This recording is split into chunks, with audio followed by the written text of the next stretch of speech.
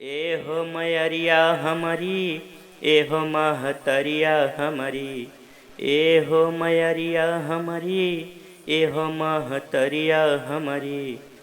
तोहरे भरोसे बाटे जिंदगी के नमरिया हमारी, तोहरे भरोसे बाटे जिंदगी के नमरिया हमारी। नमस्कार आप सभी का। तो आज मैं आप सभी के लिए एक माता रानी का गीत लेकर आया हूँ। सभी प्यार से कहिएगा जय माता दी। और माता रानी का आगमन हो चुका है। माता रानी सभी की मनोकामनाएं पूरी करें। तो चलिए हम आपको दिखाते सुनाते हैं कैसे बना हुआ है। और अभी तक आपने इस चैनल को सब्सक्राइब नहीं किया है तो कर लीजिए, क्योंकि इस चैनल पर हमेशा आपको हिंदी, भोजपुरी और अवधी में गीत लिख के मिलते रहते हैं। तो चलिए इसे हम धुन में करते हैं और आप अपने तरीके से इसे धुन में करके गा सकते हैं। ए हो मैरिया हमारी, ए हो महतरिया हमारी। एक पत्नी है, अपने दिल का दर्द कहती हैं, क्योंकि उनको काफ़ी लंबे समय से औलाद कोई पैदा नहीं हो रही है। तो माता रानी से किस तरह से गुहार लगाती हैं, तो कैसे कहती हैं। ए हो मैरिया हमारी, ए हो महतरिया हमारी, ए हो मैरिया हमारी, ए हो महतरिया हमारी।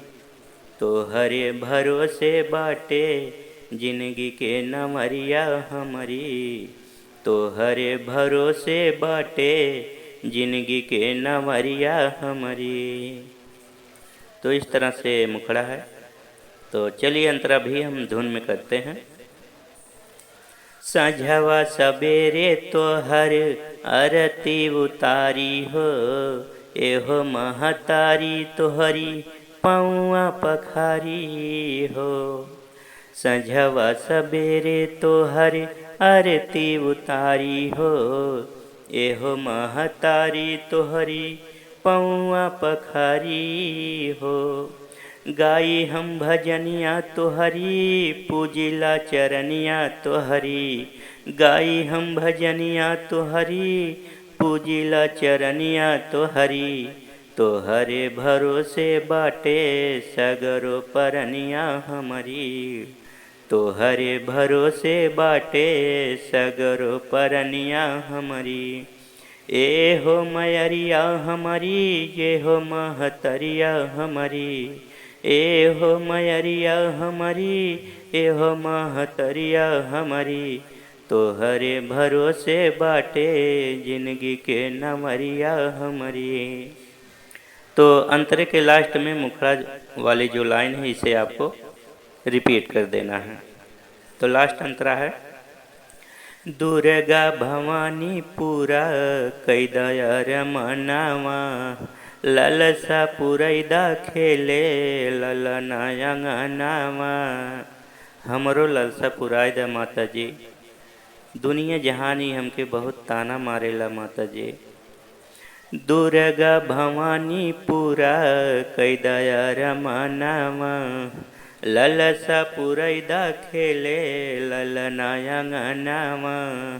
इह बा बिनतिया हमारी, होती बा अगतिया हमारी। इह बा बिनतिया हमारी, होती बा अगतिया हमारी। दूर कैद माई जमन होत दूर गतिया हमारी, दूर कैद माई जमन होत दूर गतिया हमारी। ए हो मैरिया हमारी, ए हो महतरिया हमारी, ए हो मैरिया हमारी, ए हो महतरिया हमारी। तोहरे भरोसे बाटे जिंदगी के नमरिया हमारी, तोहरे भरोसे बाटे जिंदगी के नमरिया हमारी। तो दोस्तों इस तरह से ये गीत बना हुआ है। तो फिर मिलेंगे नेक्स्ट वीडियो में।